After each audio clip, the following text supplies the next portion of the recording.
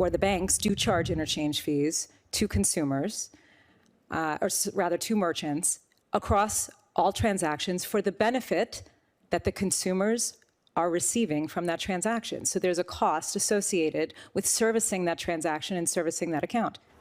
All right, so that is the president of MasterCard North America in a Senate hearing earlier this week, defending the spike in swipe fees that credit card companies are now charging business owners. And economists say this price or these costs are going to be passed down to consumers. So joining me now to discuss this, our favorite financial expert, maybe in the universe, Dan Roccato, joining us this morning. Hello. Liz, you say that to all the middle-aged money geeks, but I'll take it. Thank you. No, just you, I promise. All right, so let's go over the basics here. I have actually not heard this term, interchange fee. What is this? Interchange fee, swipe fee, same thing. So this is basically how Visa, MasterCard, this is how they make money.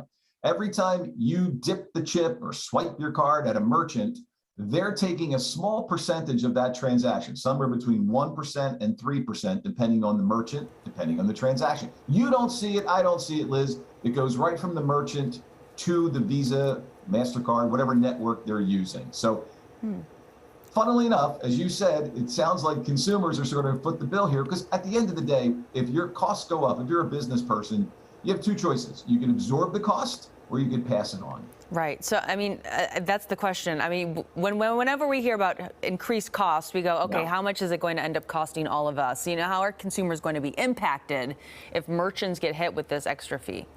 You're absolutely right. And that's what's going to happen. So the consumers, you know, we can expect that yet again, because everything seems to be going up now, we can expect that we might be paying a little bit more at the register as businesses pass on this additional fee to us, right? That's just business 101. It's going to happen. Now, we won't see it. Again, it's a fee that we don't actually see. It's embedded in the cost of the transaction.